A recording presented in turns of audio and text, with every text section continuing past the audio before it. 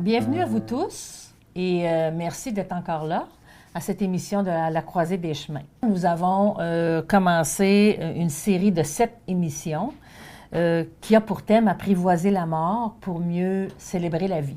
Je suis toujours en compagnie de Raymonde Arsenault, qui est l'initiatrice de ce projet.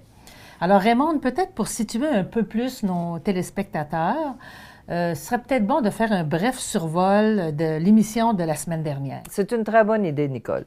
Tout d'abord, à la Croisée des chemins, c'est d'abord la réalisation d'un documentaire par Télévague qui regroupe 17 entrevues des gens de tous âges, de Nouvelle à New Carlisle, qui nous racontent leur expérience de vie en lien avec la mort, comment ils assument leur deuil et également comment ils célèbrent la vie à travers leur quotidien.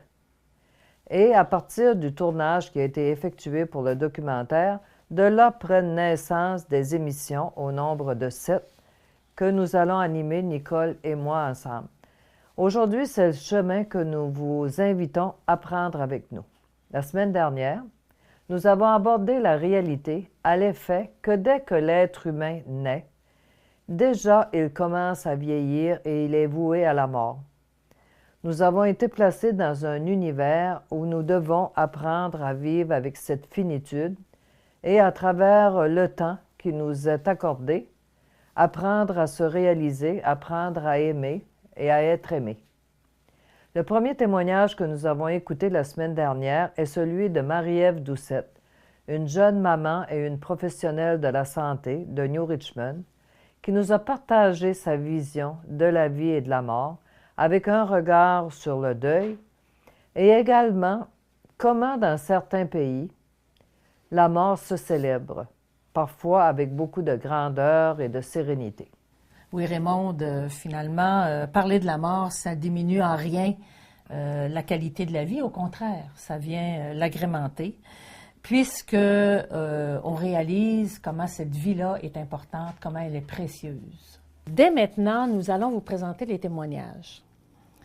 Aujourd'hui, la première personne que nous entendrons, c'est M. David Philippe de Maria, un jeune papa qui a été atteint de cancer. Plusieurs personnes le connaissent sûrement dans la région. Ce témoignage a été filmé à l'automne 2014. Alors, David est un jeune homme qui a fait preuve d'une très grande intensité de présence dans la vie, tout en étant conscient que la mort est aussi une réalité.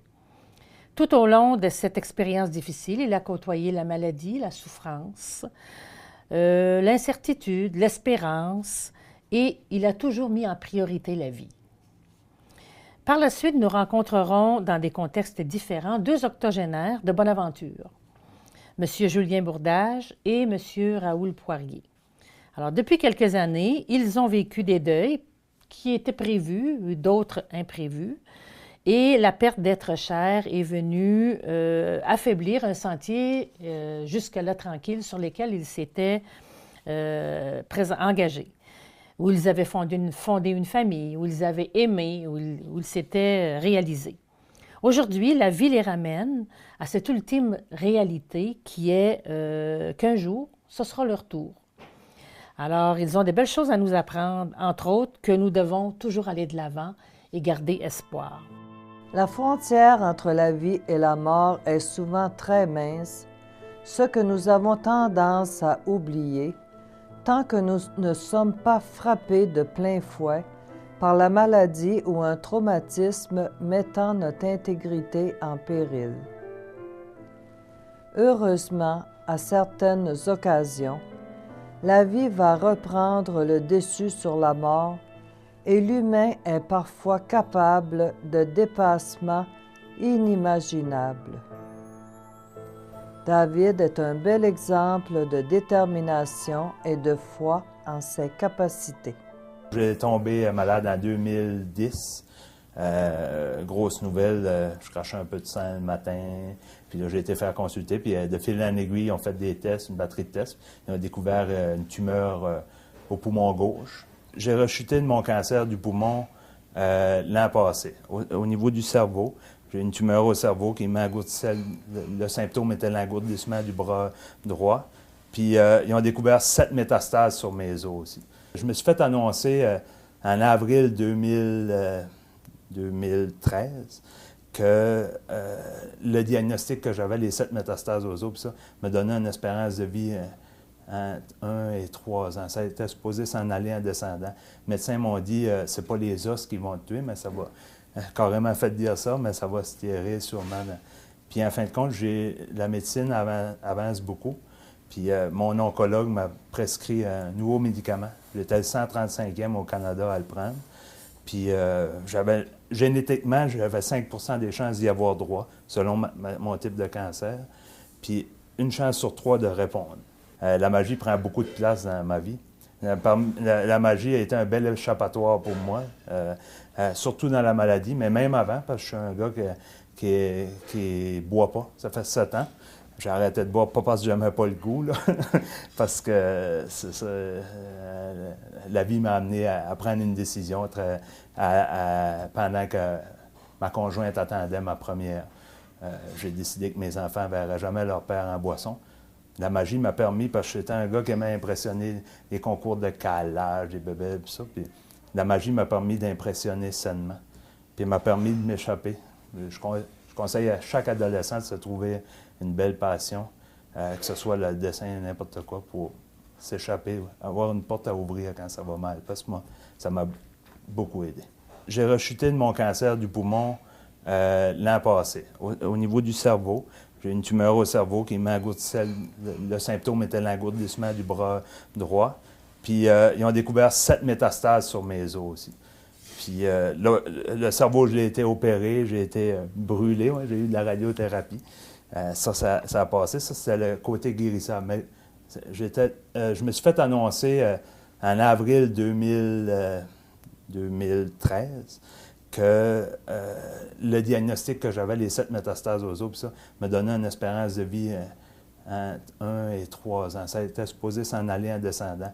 Les médecins m'ont dit, c'est pas les os qui vont te tuer, mais ça va, carrément fait dire ça, mais ça va se tirer sûrement. Puis en fin de compte, la médecine avance beaucoup. Puis mon oncologue m'a prescrit un nouveau médicament. J'étais le 135e au Canada à le prendre. Puis génétiquement, j'avais 5 des chances d'y avoir droit, selon mon type de cancer. Puis une chance sur 3 de répondre. Ça fait que ça a donné que j'ai répondu exceptionnellement. Puis il n'y a plus de traces de cancer en moi depuis 1 an. Ça fait que... Mais j'ai jamais arrêté de vivre depuis le premier diagnostic, même il y a 4 ans. Même l'année passée, quand je me suis fait annoncer ça, la magie, mon enthousiasme, ma joie de vivre, j'ai dit, je veux vivre le plus longtemps possible, amener mes enfants. J'ai jamais arrêté de vivre depuis le premier diagnostic, même il y a 4 ans. Même l'année passée, quand je me suis fait annoncer ça, la magie, mon enthousiasme, ma joie de vivre, j'ai dit, je veux vivre le plus longtemps possible, amener mes enfants à l'âge adulte. C'est ça mon but. La maladie m'a fait comprendre que le temps était important. Puis, en diminuant le temps, tu essaies de profiter le plus possible des belles choses de la vie. Il y a beaucoup de choses que je voyais peut-être pas avant. Les beaux moutons blancs, quand il y a un vent d'est sur le banc à Maria, je les remarquais plus. Là, je prenais le temps de voir tout ce qui était beau, tout ce qui était... Puis de faire des folies aussi, le plus de folies possible. Mon but était de donner le plus de souvenirs à mes enfants, laisser le plus de traces, le plus de folie possible. J'ai essayé à mes enfants pour qu'ils se rappellent. Moi, dans ma tête, c'était, ils vont se rappeler de leur papa, ils vont se rappeler de leur papa. Ils ont amené le plus de bonté possible. Depuis 4 ans, la vague d'amour que je reçois de ma famille, de mes enfants, de ma conjointe, mais ça sort même du cadre familial. Toute la baie des Chaleurs qui s'est mobilisée pour moi, qui a fait des levées de fonds incroyables pour supporter ma famille, ça prend beaucoup, beaucoup de place. Je réalise aussi peut-être qu'en étant un artiste, un magicien, on a cette soif-là de se faire aimer. Hein? Puis ma soif, elle est assouvie depuis 4 ans, c'est incroyable. Là. Je vais savoir de mon vivant ce que pas tout le monde va avoir la chance de vivre je vais savoir de mon vivant comment je suis apprécié. Des fois, on parle du cancer comme tout le temps négativement, mais il y a du positif dans la maladie. Il y a du beau positif. J'ai frôlé la mort. Puis ma vision de la mort, face à la mort, a beaucoup changé. Depuis 4 ans, c'est incroyable comment ma vision face à la mort. Il y a 5 ans, là, vous auriez ouvert l'Écho de la Baie devant moi, ou n'importe quel journal local, ou vis-à-vis les avis de décès. Je tassais le journal, je fermais. J'avais une phobie. Depuis que je suis malade, je réalise un peu plus. On dirait, je l'accepte. Je l'accepte plus. Surtout depuis ma récidive, là, j'accepte la mort. Je l'accepte. C'est sûr que c'est plate. Puis il y a un processus. Mes enfants, je dis pas que je veux arrêter de vivre tout de suite, mais je l'accepte. Puis si elle arrive, elle arrivera. Puis la meilleure preuve pour te dire comment je l'accepte, je rencontre beaucoup de gens depuis le début à des traitements puis à tous les 2 mois, je vois dans les avis de décès, parce que je les regarde présentement, maintenant, je vois des personnes avec qui j'ai combattu, qui ont perdu le combat. Je les vois, puis des fois, je vais accompagner, je vais faire vivre un moment présent à une personne, une semaine avant qu'elle décède. Des fois, quelqu'un me dit « Ah, j'aimerais ça ». Ils savent que je suis plus ouvert qu'avant, les gens savent. Puis des fois, c'est moi qui y vais de moi-même. « Ah, j'ai entendu parler que telle personne est en phase terminale ». Juste aller faire une belle fleur en ballon, faire vivre un moment présent à la personne. J'aurais jamais été capable de faire ça il y a 5 ans. Jamais. Puis, en prenant du recul, je prends conscience que peut-être je m'en vais. En allant voir cette personne-là, je vais peut-être bien me mettre dans sa peau, de voir comment je vais réagir. C'est sûr qu'il va y avoir une crise éventuelle, mais la dernière semaine, comment la personne se sent, comment la sérénité. Puis j'ai jamais vu des personnes vivre un beau moment présent, tu sais, dans leurs yeux. Des fois, ils n'ont pas toute la force, puis ça, mais je vois vraiment la franchise dans juste le fait que je donne seulement un ballon, le sourire, puis dans les yeux. Peut-être que je vais chercher, si je me rends là, je vais donc être calme. J'ai présentement un chandail du Canadien sur moi, puis ça représente très bien ma philosophie de vie depuis 4 ans. C'est un chandail, premièrement, que c'est un cadeau que je me suis fait 1 an après avoir arrêté de consommer. Ça fait que c'est mon porte-bonheur, il m'a suivi partout dans les hôpitaux. Puis je fais mettre le numéro 9 sur mon chandail en l'honneur d'un des plus grands combattants de l'histoire des Canadiens français au Québec, c'est Maurice Richard. Ça fait que c'est une preuve de détermination. Puis je veux comme être un peu un exemple de détermination, de vivre puis d'accepter la vie comme elle est, avec résilience. Je suis fier de mon parcours de vie. Puis je ne changerai pas de vie avec personne d'autre, même si ça peut finir dans 6 mois, 1 an, 2 ans. Au moins, j'aurais vécu ma vie vraiment comme je voulais la vivre, malgré les embûches, les obstacles. J'ai réalisé que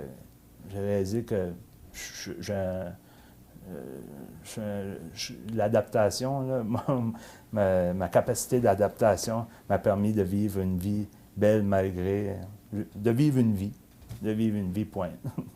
C'est pour ça que je continue de vivre pendant que je suis en vie.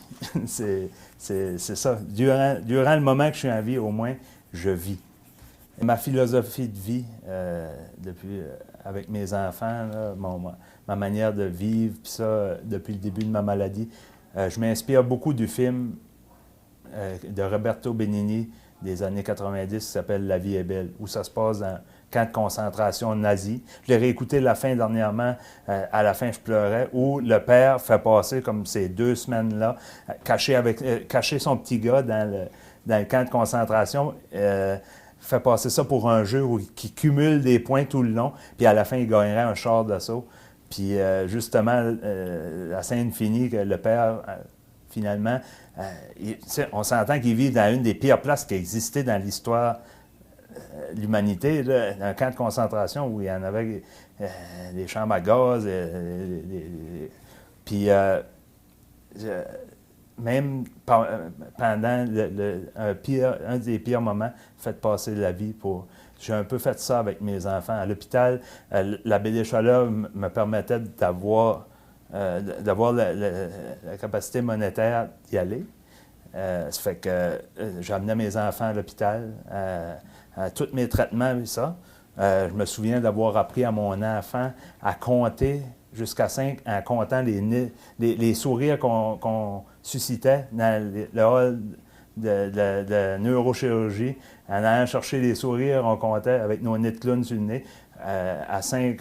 Puis ce qui était le fun, c'est qu'on amplifiait le sourire. Quand la personne qu'on rencontrait réalisait que c'était ça qu'on comptait, ça amplifiait. C'est des beaux moments que je vais me rappeler toute ma vie. Puis c'est ça, d'être, même dans les moments les plus durs, de faire voir la vie comme un jeu. Je pense que c'est le plus beau cadeau que je puisse laisser après avoir eu un père sobre. Ouais.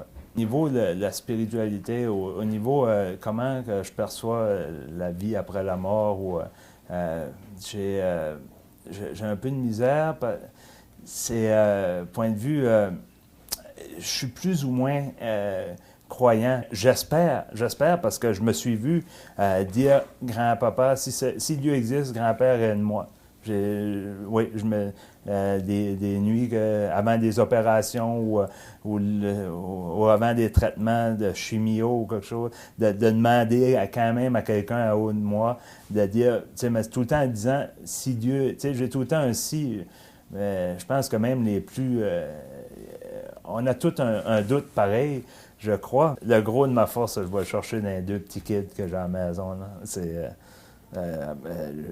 toujours, regarde, cette force-là, elle m'a servi aussi par rapport à l'alcool. On se souvient que ma conjointe était enceinte quand j'ai décidé de tout arrêter. Puis j'avais fait des essais avant, puis le déclic a été, je ferais tout pour mes enfants. Là. Je ferais, tout. Quitte à filer mal tous les traitements pas possibles. C'est ça que j'ai dit à mon oncologue. Moi, je veux vivre le plus longtemps possible. Ma priorité, c'est d'amener ces petits-enfants-là à devenir autonomes dans la vie. Ouais. Mais je suis très chanceux parce que j'ai un réseau social. Peut-être que je me le suis créé un peu, mais j'ai un réseau social très, très fort. Je suis chanceux. Ce que certaines personnes n'ont pas la chance d'avoir... c'est ce qui est un peu malheureux de la vie. Accueillir ces dernières années de vie est propre à chacun et les personnes âgées ont beaucoup à nous apprendre. Lorsqu'elles sentent la vieillesse élire domicile dans tout leur être, plusieurs d'entre elles vont à l'essentiel. Cette vie, lorsqu'elle s'achève en douceur, au rythme du corps qui nous abandonne progressivement, est remplie de richesse et de créativité. Vivre une journée à la fois devient ainsi une grande sagesse. Je pense qu'il n'y a pas de fin quand une personne a le vouloir.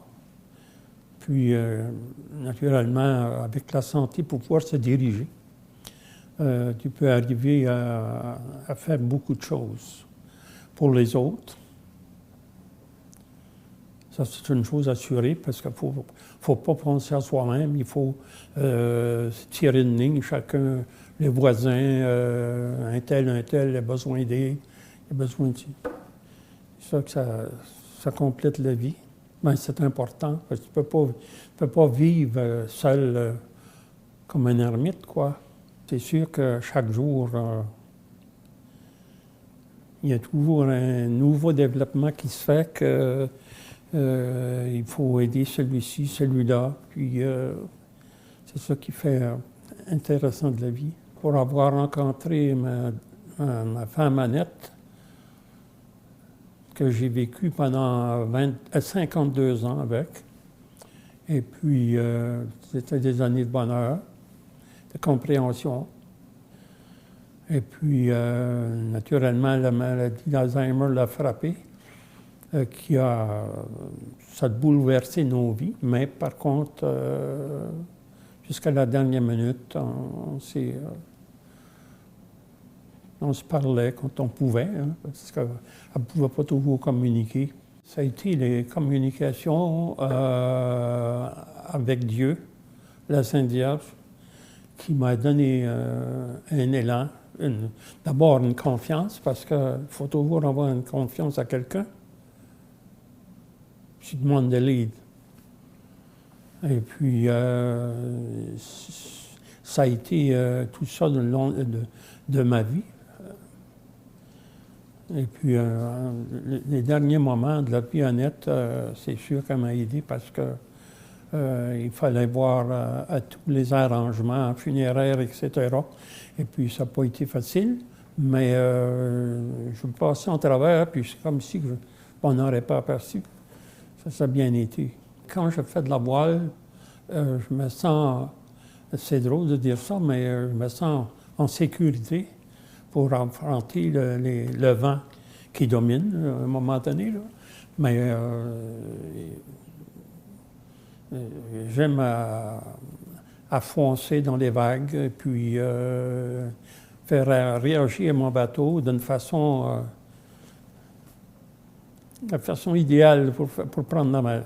Parce que c'est là qu'on trouve qu'il y a un être supérieur qui existe, parce qu'autrement, il n'y a pas de vie. Ça fait une 60aine d'années que je fais de la voile. Puis encore aujourd'hui, j'aime faire de la voile. Avec mes voisins, s'ostiner un petit peu sur la navigation, j'aime ça. À chaque soir, j'ai une demande. Je fais une prière pour enfin que je fasse une mort, une bonne mort, quoi. Je pense à tous les jours, puis quand viendra le temps, je pense que je suis prêt. C'est taquiner un petit peu, là, d'y penser qu'à un moment donné, là, tu vas être l'autre bord. Il faut... c'est curieux à penser, mais il y a des choses dans la vie qui... c'est quelque chose à penser, là. Hein? Parce que un jour pour demain, tu as été obligé de laisser la vie pour vivre un autre monde. Mais espérant que le même monde, c'est celui que je pense, parce que on pourrait être déçu. Mais je suis certain que c'est un monde qui doit être accueillant. Oui, c'est un mystère. Quand je lâcherai le gouvernail, je connaîtrai que le temps est venu que tu le prennes. Ce qu'il y aura à faire, aussitôt sera fait. Vaine est ma peine. Le message que nous livre aujourd'hui M.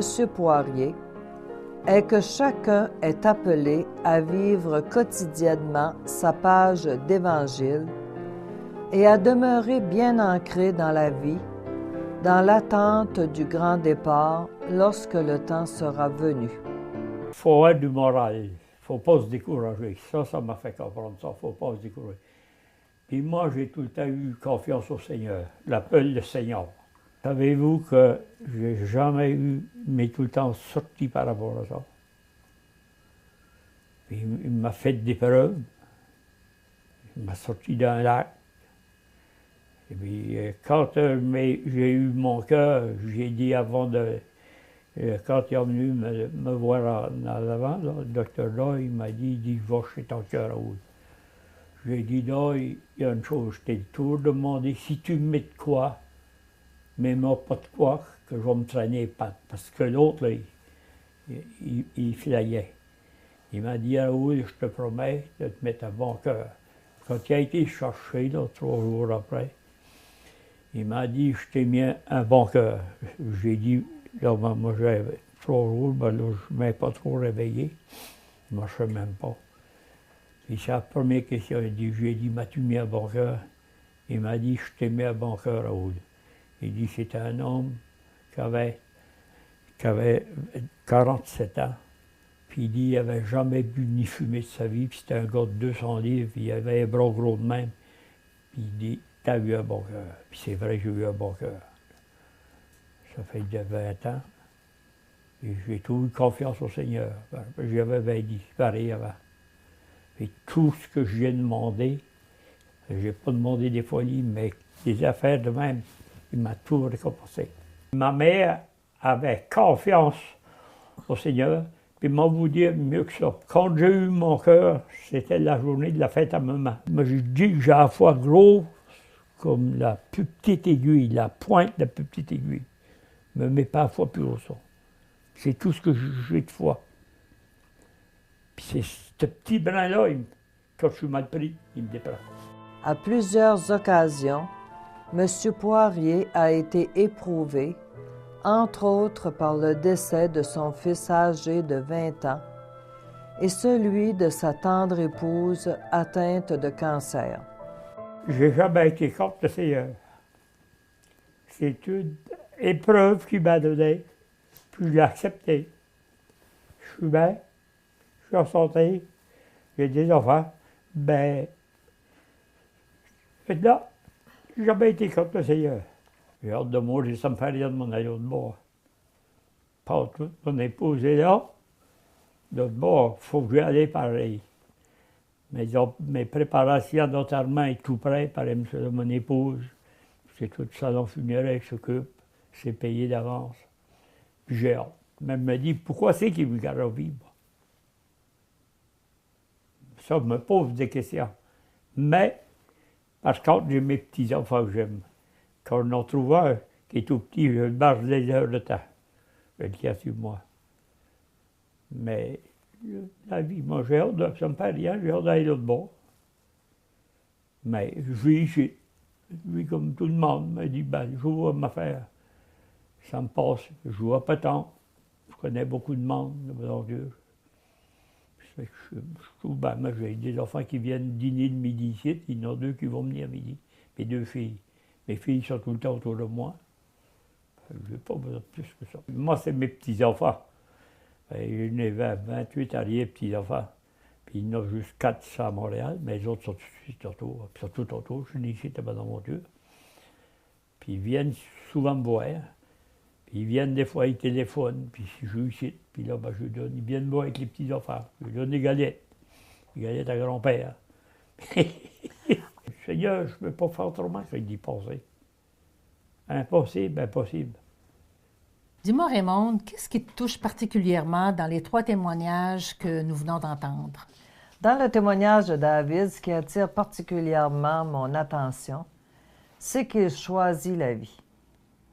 Et même bien avant sa maladie, lorsqu'il fait le choix avec sa conjointe de fonder une petite famille et qu'il choisit la sobriété, mais déjà il choisit la vie. Et tout au long de son combat, c'est ça qui prime.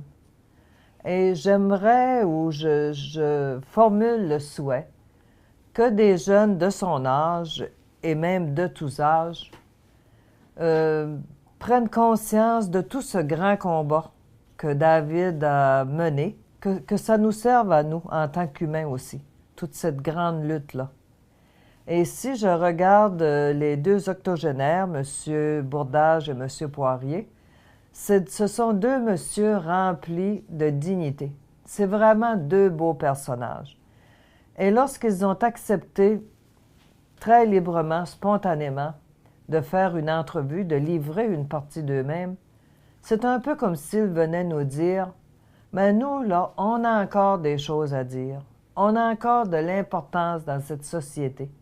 Et lorsque le temps sera venu, eh bien, on fera bien les choses. » C'est un peu ce que je retiens, Nicole. Merci à nos 3 messieurs pour ces beaux témoignages remplis d'espoir, remplis d'espérance. Alors, on vous remercie d'avoir été présents avec nous et la semaine prochaine, nous aurons 3 personnes qui, avec des vécus différents, vont nous parler du décès d'un de leurs parents. D'ici là, on vous souhaite une bonne continuation et on vous dit au revoir. Merci et bonne journée à vous tous.